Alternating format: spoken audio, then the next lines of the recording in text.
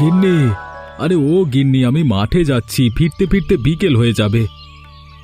এখন মাঠে কি কাজ? ফসল তুলতে তো আরো 1 মাস বাকি।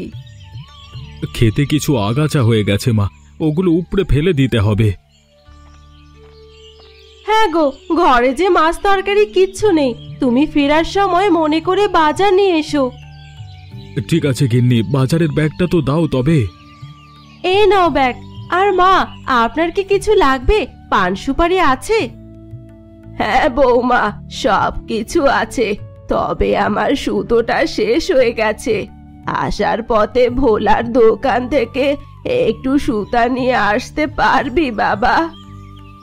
ঠিক আছে মা, আনবক্ষণ। আমি আমি আমি তবে এখন যাই। হ্যাঁ।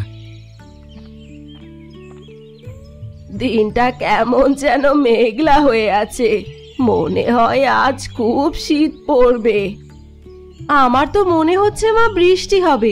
দেখুন আকাশে কেমন মেঘ করেছে। এই শীতে বৃষ্টি হবে না বৌমা, ওইটা কুয়াশা। না মা, এই মেঘ কুয়াশা নয়, দেখবেন দুপুর নাগাদ বৃষ্টি হতে পারে। কি জানি বৌমা, দিন দিন যেন আবহাওয়া কেমন হয়ে যাচ্ছে। ছোটবেলায় এই সময় কনকনে শীত থাকতো, আর এখন নাকি বৃষ্টি ঝরবে। এইসব হচ্ছে কলকারখানার ধোঁয়া আর নির্বিচারে গাছ কাটার ফল। যতই দিন যাচ্ছে আশেপাশের পরিবেশ দূষিত হচ্ছে। এমন চলতে থাকলে মহাপ্রলয়ের আর বেশি দেরি হবে না। দেখবে বৌমা, খুব শীঘ্রই পৃথিবী ধ্বংস হয়ে যাবে। মা, ও মা, খিদে পেয়েছে, ভাত দাও তো আমায়। কি রে মেনু, কোথায় গেছিলি সকালে? শালুক কোড়াতে মা, হাওড়ে অনেক শালুক হয়েছে। তা শালুক পেয়েছিস তো দিদি ভাই? আমাকে কটা দে তো, আজ শালুক পুড়িয়ে খাবো।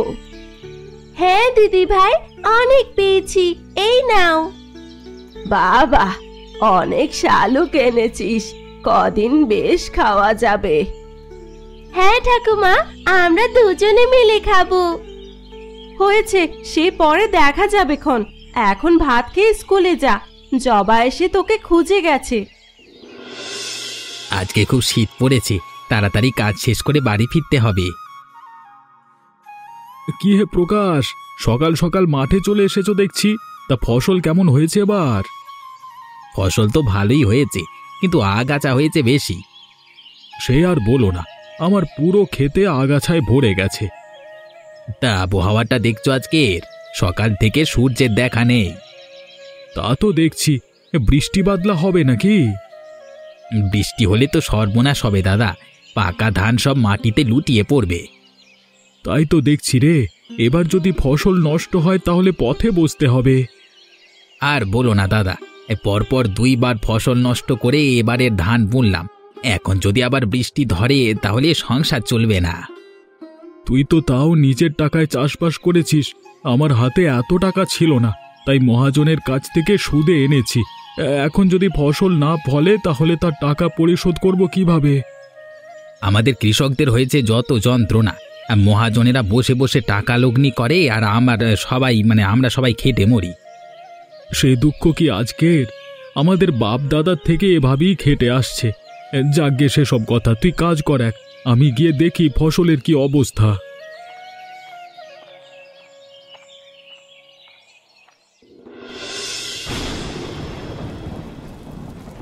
দেখো দেখি কাণ্ডখানা, এই অসময়ে বৃষ্টি শুরু হতে হলো, খোকা যে একেবারে নিয়ে গেল। আমি কতবার বললাম ছাতাটা নিয়ে আসতে, আমার কথা শুনলে না তখন। এখন বৃষ্টির জল মাখিয়ে ছেলেটা নিউমোনিয়া বাঁধবে। ধর, আরে আমি কি আর জানতাম এরকম হবে? যখন বের হয়েছে ফুটফুটে রোদ ছিল, আর তুমিও তো ছাতাখানি নিয়ে আসতে পারতে। হ্যাঁ, ব্যাগপত্র জুতো ছাতা সব আমি নিয়ে আসবো, সব দায়িত্ব তো আমারই। দেখছো ভিজে যাচ্ছি, এখন দাঁড়িয়ে থেকে কথা না শুনিয়ে একটা আশ্রয় খোঁজো। অন্তত বৃষ্টি শেষ না অবধি তপনকে নিয়ে বাইরে বেরোনো যাবে না। ওই তো একটা বাড়ি দেখা যাচ্ছে, চলো চলো গিয়ে বাড়িতে আশ্রয় নিয়ে চলো চলো।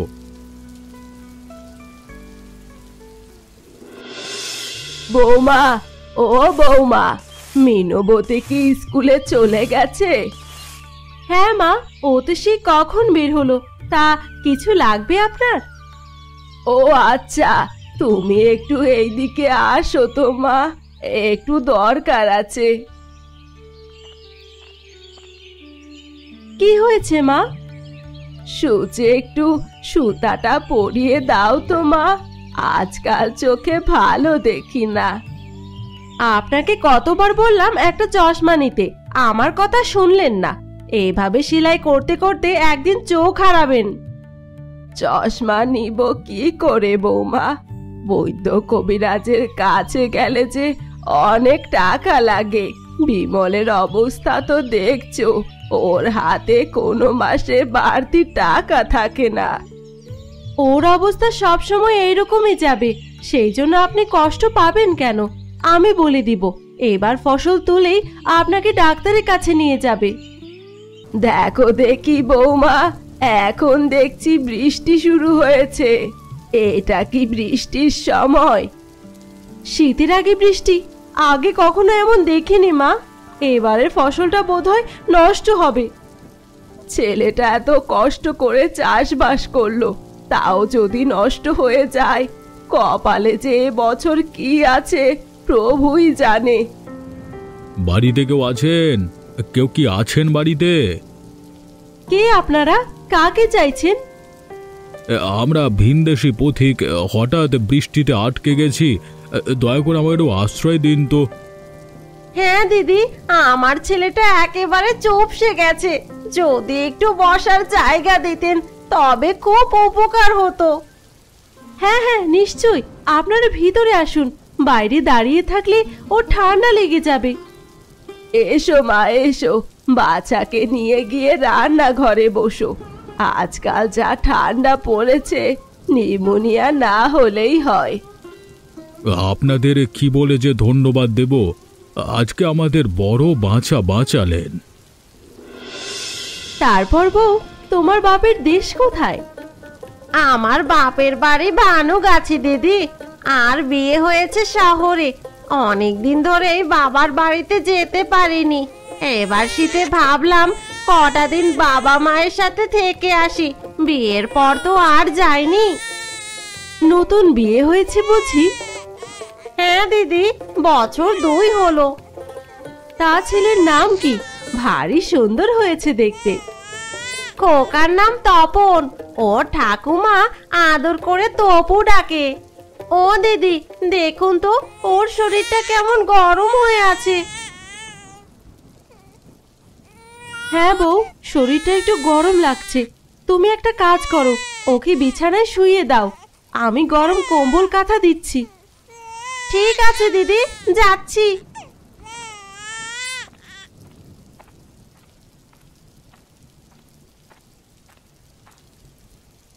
মা, ও মা, দেখো তোমার জন্য কি এনেছি। কি রে, কি এনেছিস আবার? তোমার জন্য চিংড়ি মাছ এনেছি মা। কত বড় বড় চিংড়ি দেখো। সে কি রে, তুই এত বড় চিংড়ি পেলি কোথায়? স্কুল থেকে আসার পথে দেখলাম ঘোষদের খেতে চিংড়ি মাছ হুটোপুটি করছে। সেখান থেকে হাত দিয়ে এগুলো ধরে আনলাম। বেশ করেছিস মা, আজকে তাহলে নারকেল দিয়ে চিংড়ি রাঁধবো। এবার যা, জামাটা পাল্টে আয়, আজকে অনেক কাজ হাতে। ঘরে অতিথি দেখলাম, কোথা থেকে এসেছে মা?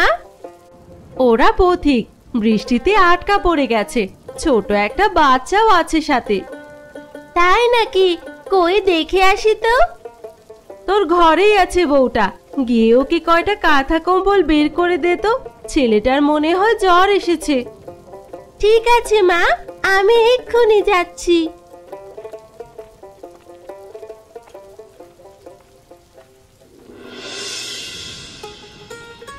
তারপর বাবা, তুমি থাকো কোথায়? আগে আমরা শহরে থাকি, ওখানে আমার সোনার ব্যবসা আছে। ও, তুমি স্বর্ণকার, সোনা দিয়ে গয়না বানাও? ঠিক তাই বলতে পারেন। আমার দাদা ঠাকুরদা স্বর্ণকার ছিলেন, বাবা তাদের ব্যবসা বড় করে নিজে কারিগর রেখে দোকান দেয়, আমি সে ব্যবসাই করছি। ও বুঝেছি বুঝেছি। ও মিনবতী, কোথায় যাচ্ছিস?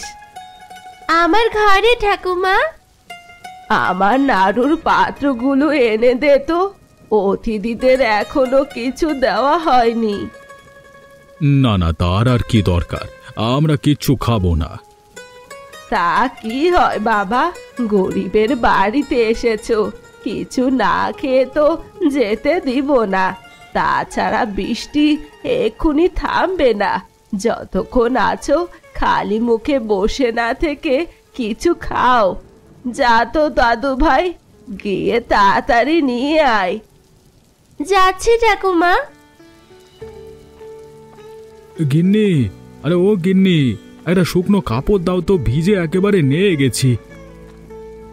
ও বিমল, তুই এসেছিস? আমি যে তোর চিন্তায় অস্থির হয়ে আছি।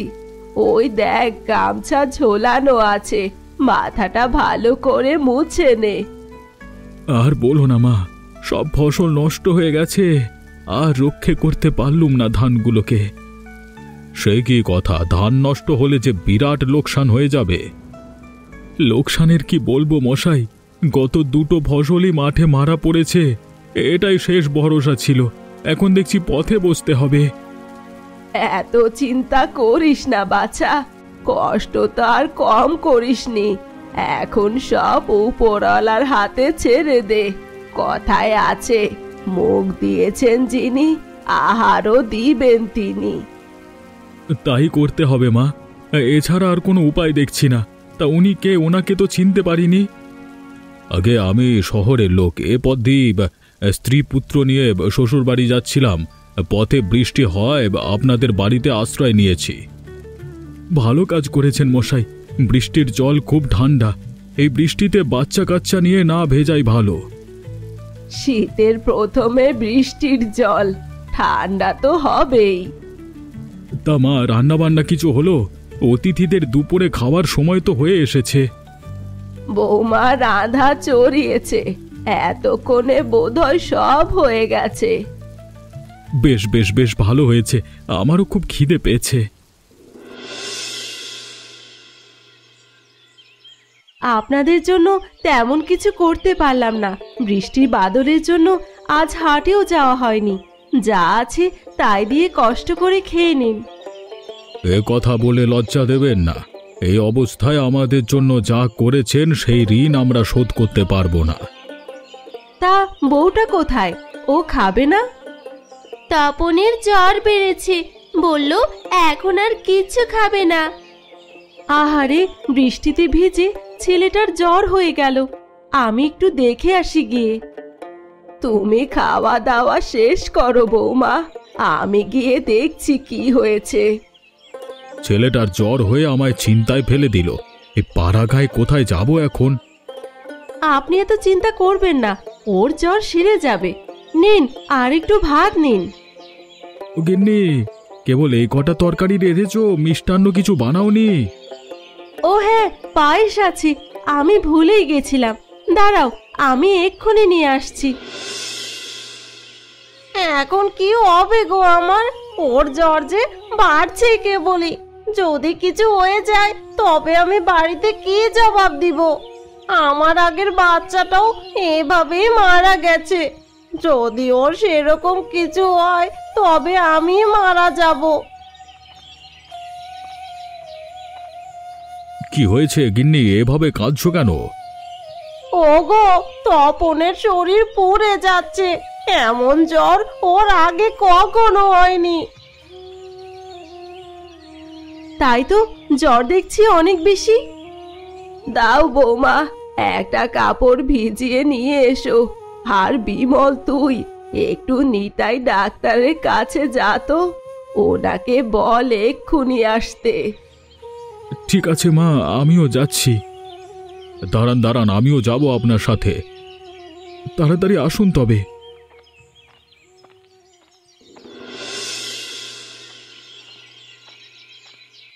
গিন্নি, গিন্নি আমাকে এক ঘুড়ি জল দাও তো, কাদায় পাগুলো একেবারে মাখামাখি হয়ে গেছে। বারান্দায় রাখা আছে। তা কোথায় গেছিলে সকালবেলায়? বিমল কয়েকবার খুঁজতে এসেছিল। বিমলে ছিল কেন? এই কথা, ঠিক আছে রাতে একবার দেখে আসবোক্ষণ। এখন আমাকে 4টি মুড়ি দাও তো, খুব খিদে পেয়েছে। তুমি বসো, আমি মুড়ি মাখিয়ে নিয়ে আসি। ডাক্তারবাবু, ডাক্তারবাবু বাড়ি আছেন? কে রে, বিমল নাকি? হ্যাঁ হ্যাঁ ডাক্তারবাবু, একবার এক্ষুনি আমাদের বাড়িতে যেতে হবে। গিন্নির মুখে শুনেছি সে কথা। তা কার কি হলো তোমাদের বাড়িতে? আমার ছেলেটা হঠাৎ করে জ্বর বাঁধিয়ে ফেলেছে, জলপট্টি দিলেও কমছে না কিছুতেই। তা আপনাকে তো চিনতে পারলুম নিকো। উনি শহরের, বৃষ্টিতে আমাদের বাড়িতে আশ্রয় নিয়েছে। ছেলেটা খুবই ছোট, জ্বরে অনেক কষ্ট পাচ্ছে। আপনি একটু তাড়াতাড়ি আসুন ডাক্তারবাবু। হ্যাঁ হ্যাঁ হ্যাঁ, আমি এক্ষুনি আসছি। হ্যাঁ গো, তুমি আবার কোথায় চললে? আমি যে মুড়ি মাখিয়ে নিয়ে আসলাম। ওগুলো রেখে দাও গিন্নি, আমি ফিরে এসে খাবো।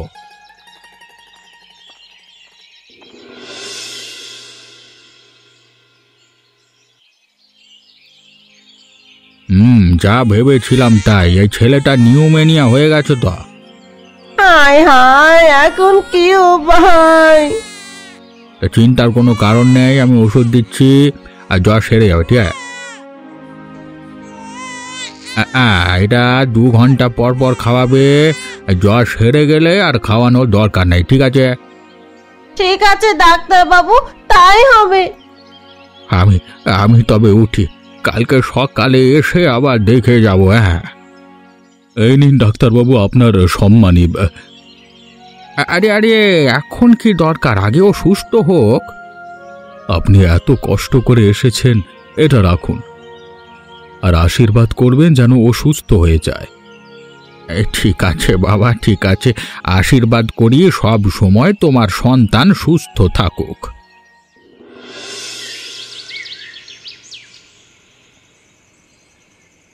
রাত তো অনেক হলো দিদি, আপনি এবার ঘুমাতে যান। না বউ, তুমি একা জেগে থাকবে তা হয় না, আমি আছি এখানে। পারলে তুমি একটু ঘুমিয়ে নাও। না দিদি, আমার আর ঘুম আসবে না। বউ, ও বউ, 2 ঘন্টা হয়ে গেল, তপনকে ওষুধ খাইয়েছো? না মা, খাওয়াবো এখন। তুমি দেখো তো ওর জ্বরটা কেমন এখন। ডাক্তারবাবু বলেছেন কমে গেলে খাওয়াতে হবে। আরে তাই তো, ওর জ্বর কমে গেছে, এখন গায়ের তাপমাত্রা পুরোপুরি ঠিক আছে। সব ওই ডাক্তারের গুণ। আপনাদের গুণও কম নয়, এভাবে একটু পর পর জলপট্টি দিয়েছেন, জ্বর তো তাতেই সেরে গেছে। নাও বউ, এবার তুমি ঘুমিয়ে নাও, আর কোনো ভয় নেই। হ্যাঁ হ্যাঁ, আপনারাও যান, সকাল হলো বলে। 8টা বাজে, ট্রেন এক্ষুনি চলে আসবে, আমাদের এক্ষুনি বের হতে হবে। আজকের দিনটা থেকে গেলেই পারতে বাবা, কেবলই তো কাল এলে। আর থাকবার সুযোগ নেই, বাড়িতে আমার অনেক কাজ। ওকে বাবার বাড়ি রেখে আবার ফিরতে হবে। বেশ, তবে আসা যাওয়ার পথে আমাদের বাড়িতে উঠবে। সে আসবোক্ষণ, তোমরা আমাদের যে উপকার করেছো, তোমাদের কি ভুলে থাকা যাবে? বেশ বেশ, এখন তবে চললাম। গিন্নি, আমিও একটু মাঠে যাচ্ছি, আবার মনে হয় চাষ করতে হবে। এবার কি দিয়ে চাষ করবি বিমল? তোর হাতে যে টাকা পয়সা কিচ্ছু নেই। তাই ভাবছি মা, হ্যাঁ মহাজনের টাকাগুলো তো ফেরত দিতে হবে। মা, ও মা, দেখো কি কাণ্ড হয়েছে। কি রে, কি হলো আবার? আজ অতিথিদের ঘরে গিয়ে দেখি এই টাকাগুলো পড়ে আছে। এ যে অনেক টাকা, কম করে হলেও 20,000 হবে। সে কি কথা, এই টাকা রেখে গেল? নিশ্চয়ই মনের ভুলে। ওরা যে চলে গেছে, এখন কি হবে? ট্রেন এখনো ছাড়েনি। টাকাগুলো আমার হাতে দে তো মা, আমি গিয়ে দিয়ে আসি। ওগো, তুমি তাড়াতাড়ি যাও, নিশ্চয়ই ওনাদের এগুলো দরকারে লাগবে। ঠিক আছে গিন্নি, আমি এক্ষুনি যাচ্ছি।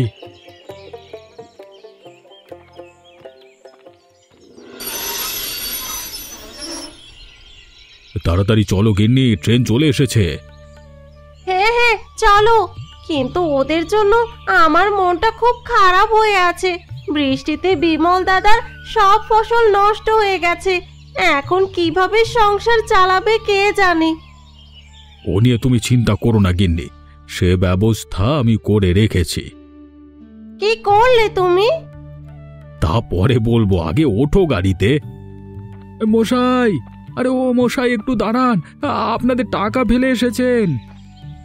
ওই তো বিমল দাদা আসছে। আমরা তো কোনো টাকা ফেলে আসিনি দাদা। ভালোভাবে ব্যাগপত্র খুঁজে দেখুন তো, হয়তো এই টাকাগুলো পড়ে গেছে।